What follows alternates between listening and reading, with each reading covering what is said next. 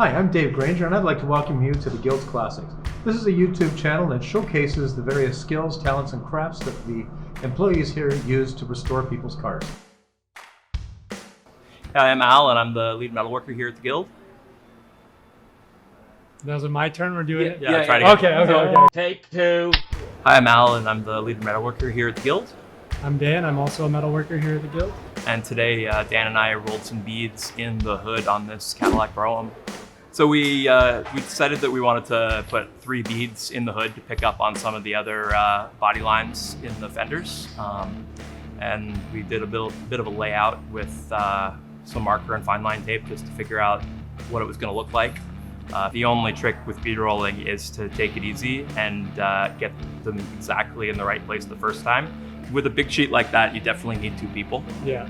Use 2 sets of eyes to check, to make sure that you haven't made any dumb mistakes, which are very easy to make if you're just one person.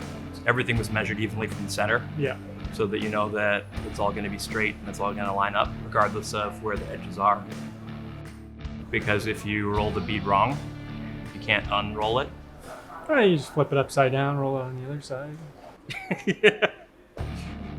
It's sort of a one-shot deal. Yeah. So you just want to sort of measure 2 or 3 times, get everything laid out, and then carefully follow your lines. Take your time not to roll it in the wrong place, because if you do that, you're screwed.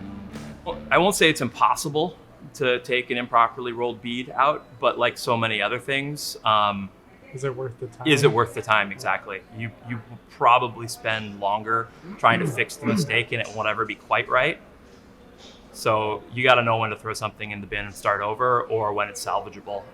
But with something like a hood skin, it's such a sort of simple, clean piece that if you end up with a whole bunch of wobble in it, you're gonna end up putting on so much body filler that you're working against yourself.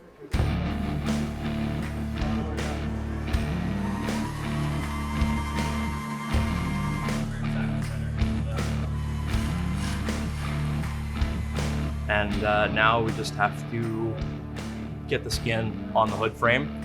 The hood frame's seen better days, so we're gonna give it a little bit of love. And the hood skin is nice and flush with the rest of the bodywork on the car.